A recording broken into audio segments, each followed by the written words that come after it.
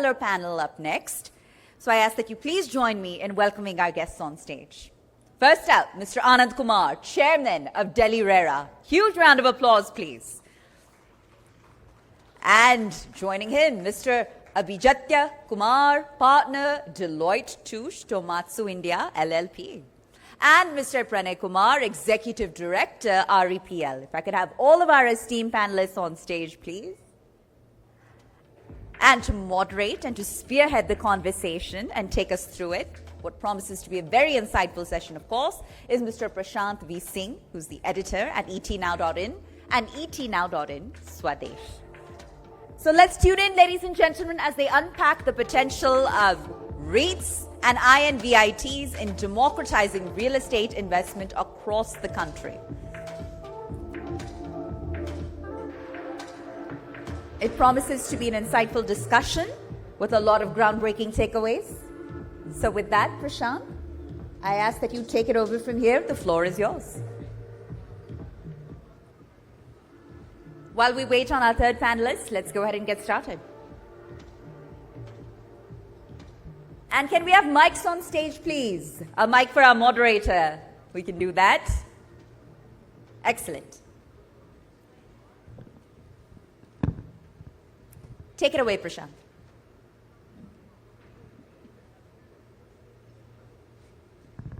Welcome, sir. Welcome, sir. Let's keep the applause coming, ladies and gentlemen. Our panel is now complete.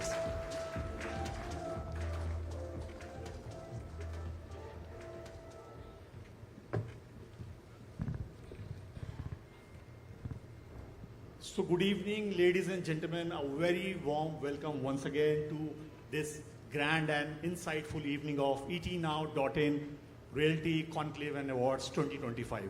Let's begin this with a big round of applause.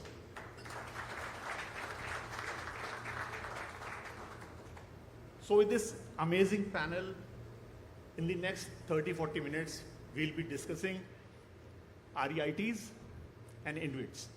That stands for Real Estate Investment Trusts and Investment Infrastructure Trusts.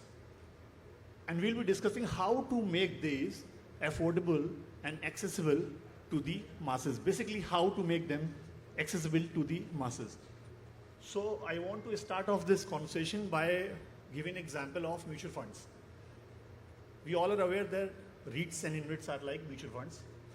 You are not actually the owner of the property, but somehow you own it and you make money through it.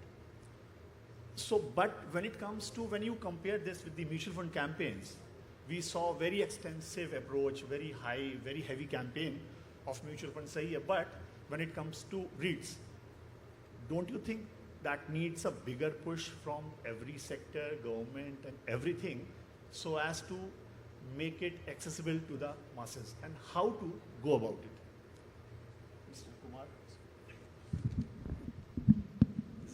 Kumar. Thank you.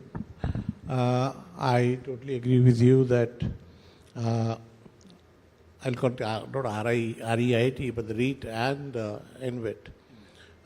These are the two vehicles which can catalyze the growth of real estate as well as the other industrial commercial sectors.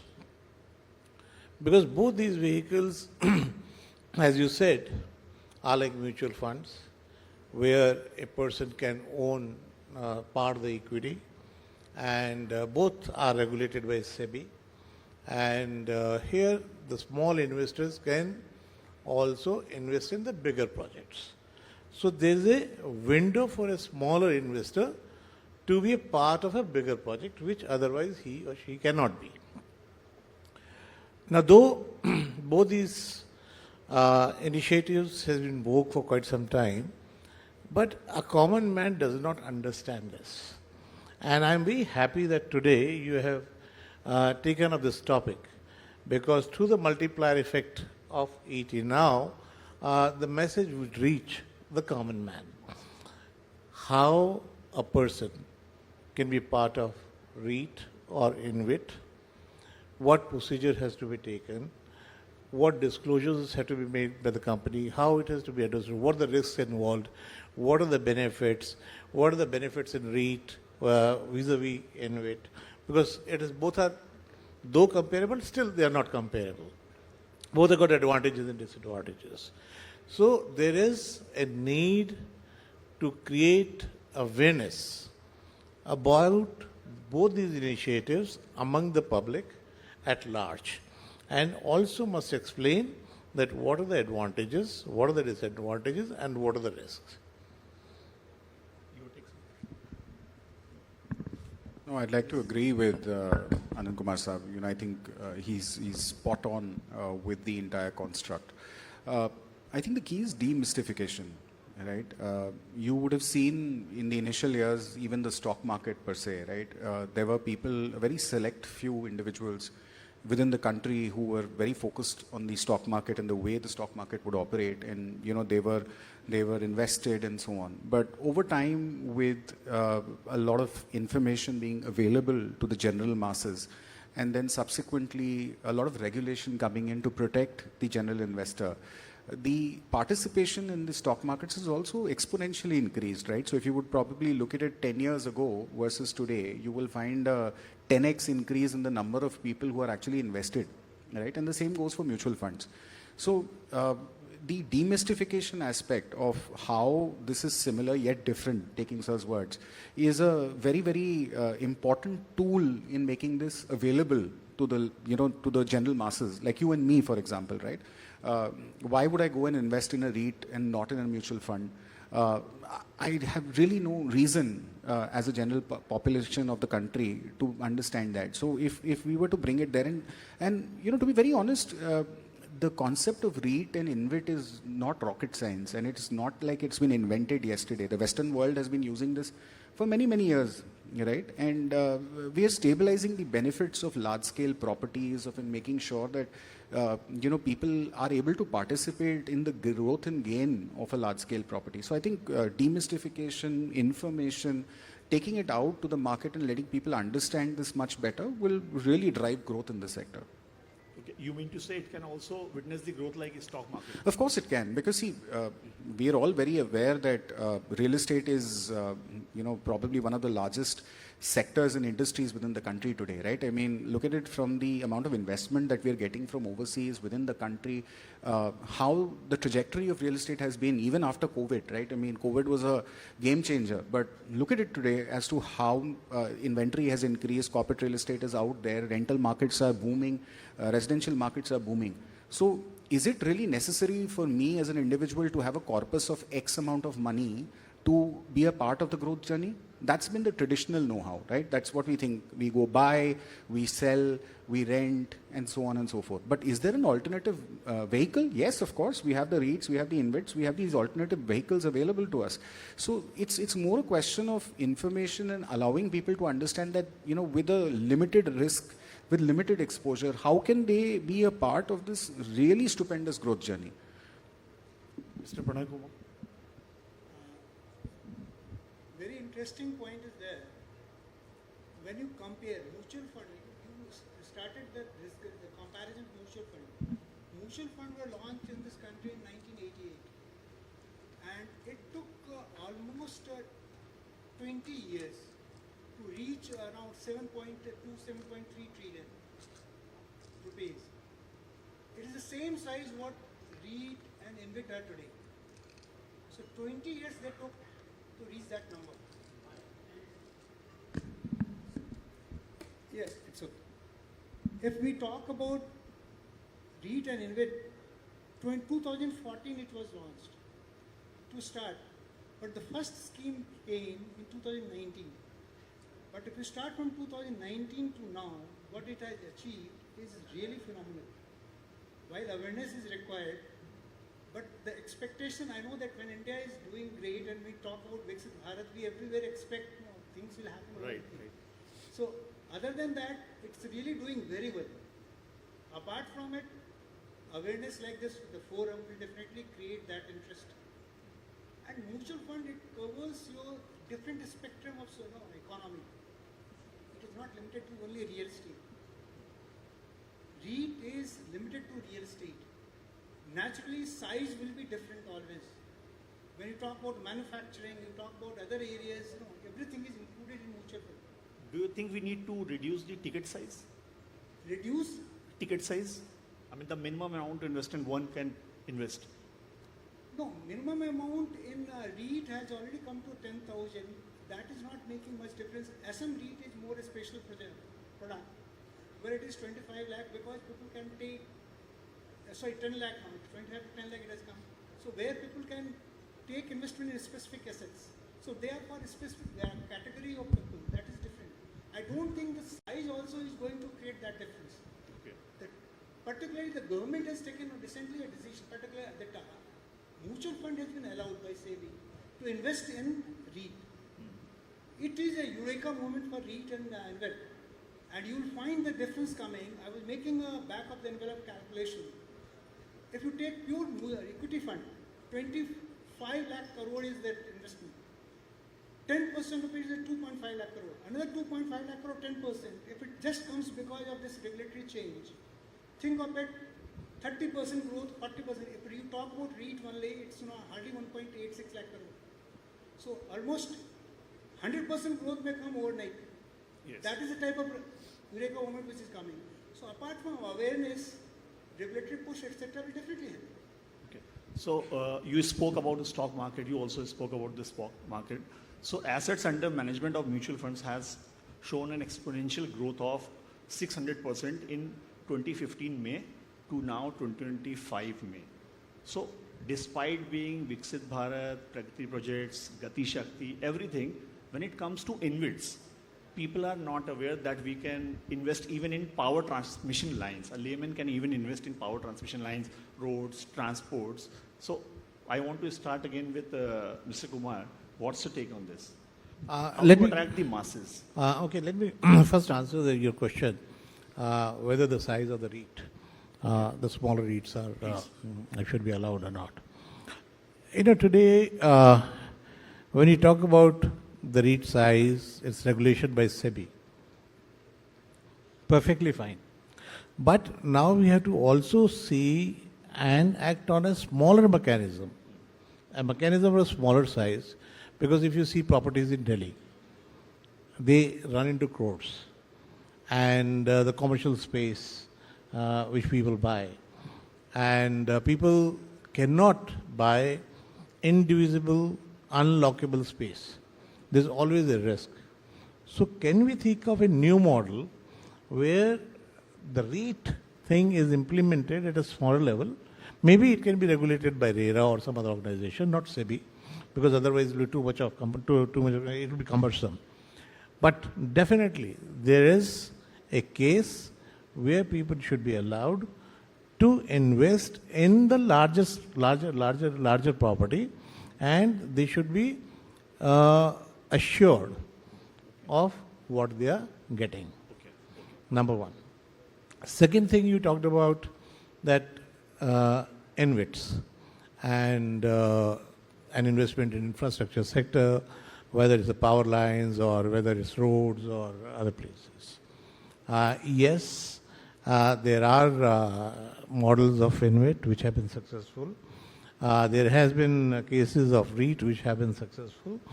But still, there is a majority of investors which are not aware of the successes of InVIT and REIT.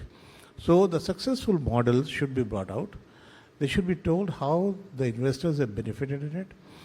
Again, I'm talking about what kind of dividends they will get, whether they'll get dividend by way of the dividend as happens in the InVIT sector, or in the REIT sector where they will also get appreciation on the property besides whatever amount they get.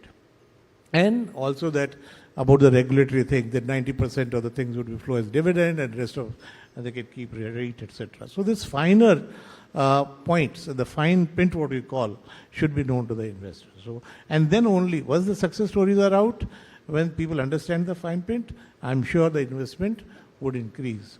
And let me tell you as the last word, these two models, these two vehicles would be catalyst in getting more investment in the real estate sector and also for the infrastructure in the future to come. Abhijat, your turn, please. See, Or look, InVITs. I think, the average age of the Indian populace still remains very young. And I think youth allows you to take a certain amount of risk, right? As you get older, beards get whiter, you tend to be a little more risk averse. And that's I would say, an established methodology in investment management across life cycles, right? This country has an average age of 28, 29 years even today. So there is a huge population which is available who would be willing to take a slightly higher risk also, right? Now, when I look at the counter side, which is the population of people or other organizations who are looking for capital, you know that the infrastructure industry is starved for capital, right? And for that matter, even real estate for that matter, right? People want capital. They are willing to, get capital at a higher rate and, build their buildings because they really don't have an option. So like Sir was mentioning, there can be a catalytic effect when this capital is made available in platforms which are equity oriented like REITs and InVITs, which will not just impact the investor, but also the developer, the infrastructure organization at large. So imagine today that if we look at road building within the country, right now we're looking at NHIs, we're looking at all these models that are there in terms of, how these highways are being built, in terms of the PPP investments, in terms of the hybrid annuity models, HAMs as we call them, and so on and so forth. This could be an extremely pivotal moment where this capital is made available to all these large infrastructure organizations to invest in these HAM projects and take the road network in this country to a different level, right? So it's not only a question of what is the investor getting out of it, it is also the question of what is the, the organization which is actually floating this REIT getting out of it, and the country at large, right? So the risk levels obviously reduce. We have lesser risk in these things, and it's a win-win if I look at it from that perspective. While the first one was on comparison mutual fund, the second one is while REIT and InVITs are there, how to push it, right? So there are three areas which comes to my mind. One is the product innovation. Second is promotion, something like this, or awareness. And third is the regulatory side. When you talk about product innovation, let's start with InVIT and then come to REIT. See, InVIT, where people went first? Road. Because road is built, it is being told, revenue is clear, and it's for 25 years already that contract is there. Another area in InVIT, where it started, telecom tower is there, tenancy is there, you make it for a long time, enter into a contract, then naturally you can go for creating InVIT. Third one, let's talk about that power. First, where it came, solar power plant. Because you make the power plant which comes in faster time and you enter into the power purchase agreement which is for 25 years. So you have got a clear visibility of revenue, you monetize it. That was on the product side. This is coming to coming to REIT. REIT also did that. The product which was not available to people because it was large. You would see a large hotel, but you can't own it. So they definitely democratized it. Another area, they worked a lot in terms of making that income distribution tax efficient. So the income doesn't come in one part, it comes in 4 parts. Dividend, return of capital, interest, and other income. And here it can be made so tax efficient that almost rather normal interest income, this is 70 to 80% more tax efficient. Comes regulatory side. Now, which SEBI allowed that mutual fund can invest in it. So is the case, there are other regulatory support which can come. Of course, one part you talked about, that investment size, 10,000 is there, maybe 10 lakhs can also be tweaked later on. See, the moment you make a difference from 10,000 to maybe 1 lakh, itself is a big difference. Nobody will go for it. So those innovation will keep on happening. what is it we are looking at it in market? There is a need. See, builder builds the asset, they become over leveraged. There is a need to reduce that leverage so that they can go and build another asset. Whereas the person who is owning, who saves in, the household saving only goes to this. Yes. And there is a tremendous potential which is available. After COVID is over, there was surge, and whatever you see today, the moment people realized that there is going to be future, so they came gung-ho. And as every year so many people are joining the work, almost 30-40% is going into saving. Naturally, it has to see the day. And another thing, if you look to mutual fund, whatever you have seen the jump, people first go to equity because that is more glamorous. It gives over 15% return. The moment you talk about REIT, it doesn't look that glamorous in the beginning because it gives 6 to 8, 9% return. But it adds along with it capital appreciation. Now, you see that who invests every 100% in equity? No one does it. Even a person, 100 minus your age is your investment pattern. Yeah. Suppose you are 30 years, 70% invest in equity, 30% has to get into debt.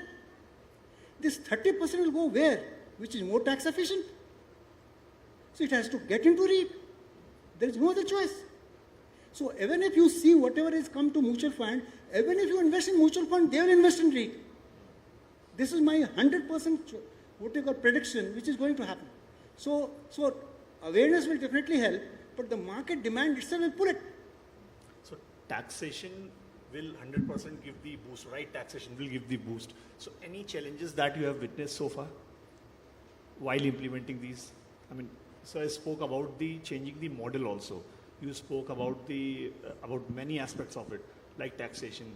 So have you ever thought about it? Any bottlenecks or any challenges that you have witnessed in case you want to change things which are already existing?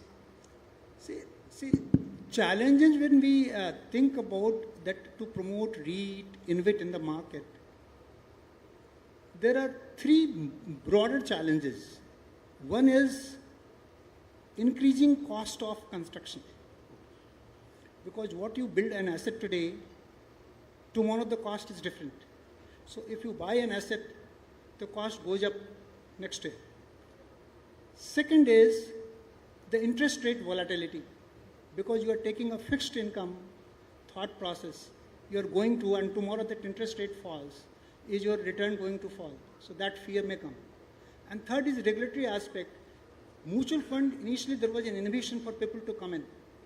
But when it demonstrated mutual fund sahi hai, work, people came gung-ho. Yes.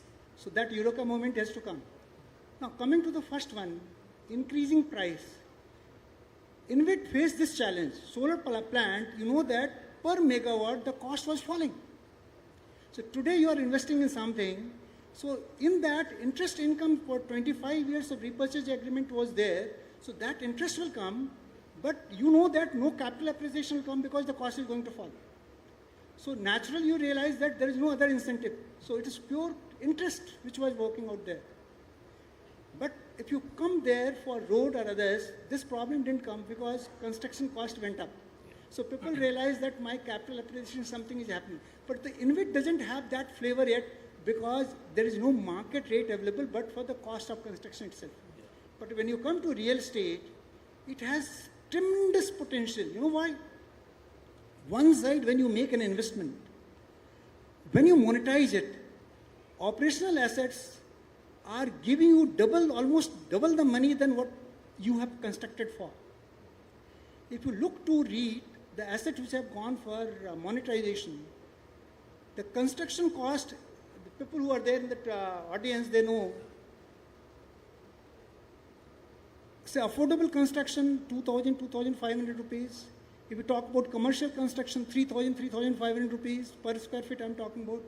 If you add land cost, another 1,000, so 5,000 rupees, you add marketing, it comes to 7,000 rupees. When you monetize, it goes to 10,000, 12,000, 15,000, 20,000 depending upon the case. So you get a huge jump by monetization. And you invest that, you deleverage, invest and create more properties because margins are more. Once it becomes operational, then you make very, very minor returns. Whereas the person who you monetize, you earn. The one who monetizes, he gets that return because of this. So this product has got a very sound logic why it will survive the test. Innovation will come definitely, and the players will also do that effort. And forum like yours is definitely going to do it. So while you talk about the product innovation and the cost increase, the other was interest rate. Interest rate has got another very big issue. Sorry.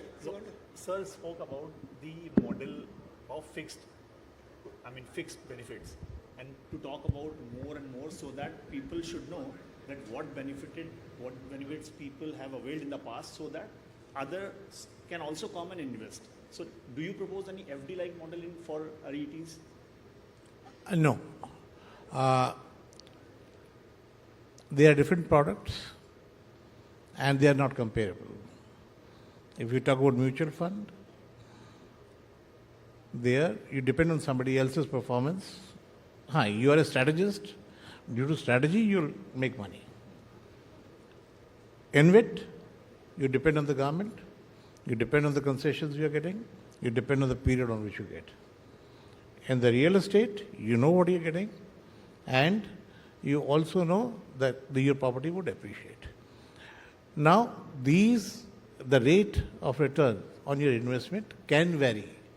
Like in mutual fund, A mutual fund, B mutual fund, C mutual fund, they're comparable, but still they're not income. So people say, no, I will not invest in A because the strategy is bad. I will invest in B. So like this. So what I'm trying to say is that the investor has to make the final choice, what he wants, and different variables on the return what you get. So in some way you get dividends, somewhere you get return on appreciation, somewhere you get this. So this is one. Number two, there have been successful REITs, and it is quite possible that some REITs may fail. One success is not going to, assure the success of another one. But by and large, since land appreciates, property appreciates, rentals appreciate, there is a chance of better return getting onto that.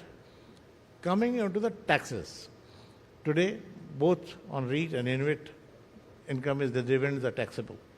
But if the government one day wants that more funds should flow to REIT or InVIT products, then they can declare concessions whatsoever they want. So it is for the government to decide that how they channelize investment in various sectors.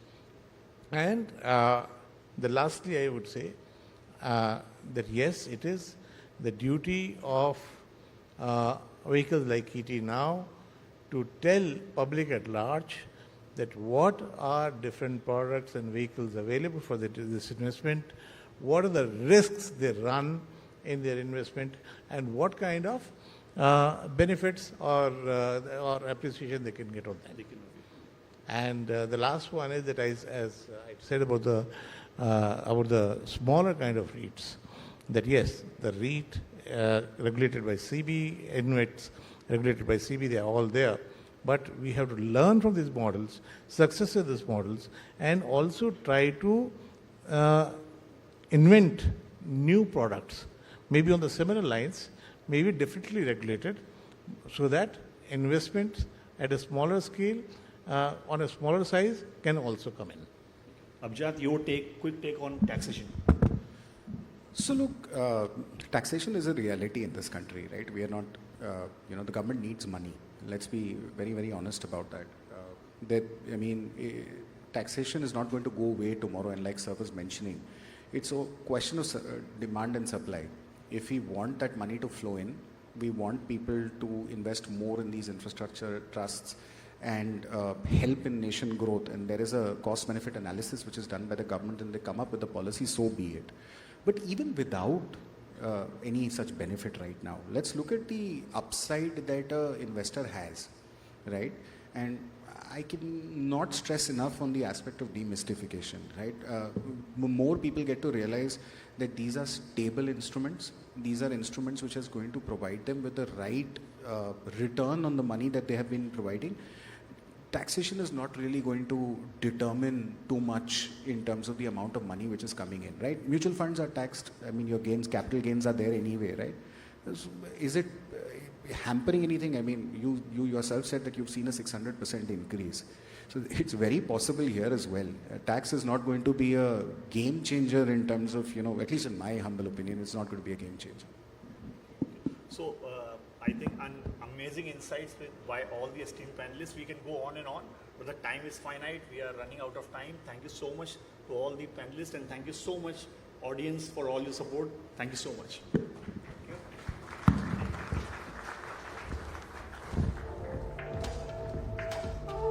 To our panelists, a huge round of applause for all four of these gentlemen. Thank you, Prashant, for navigating the conversation. If I could please have Rohit Chadda back on stage to acknowledge all of our panelists with a token of our appreciation from etnow.in.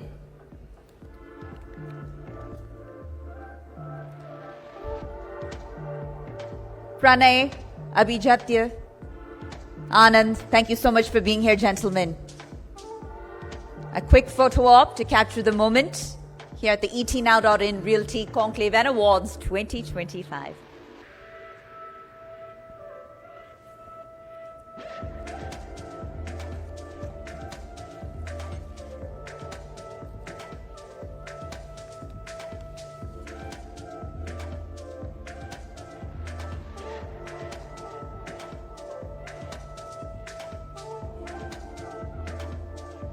This is a symbol of our gratitude. We thank you for being here, for raising the profile of the event, and for the thought leadership that you offer that's transforming the real estate landscape on a daily basis. Thank you so much, gentlemen, and thank you, Rohit, and thank you, Prashant.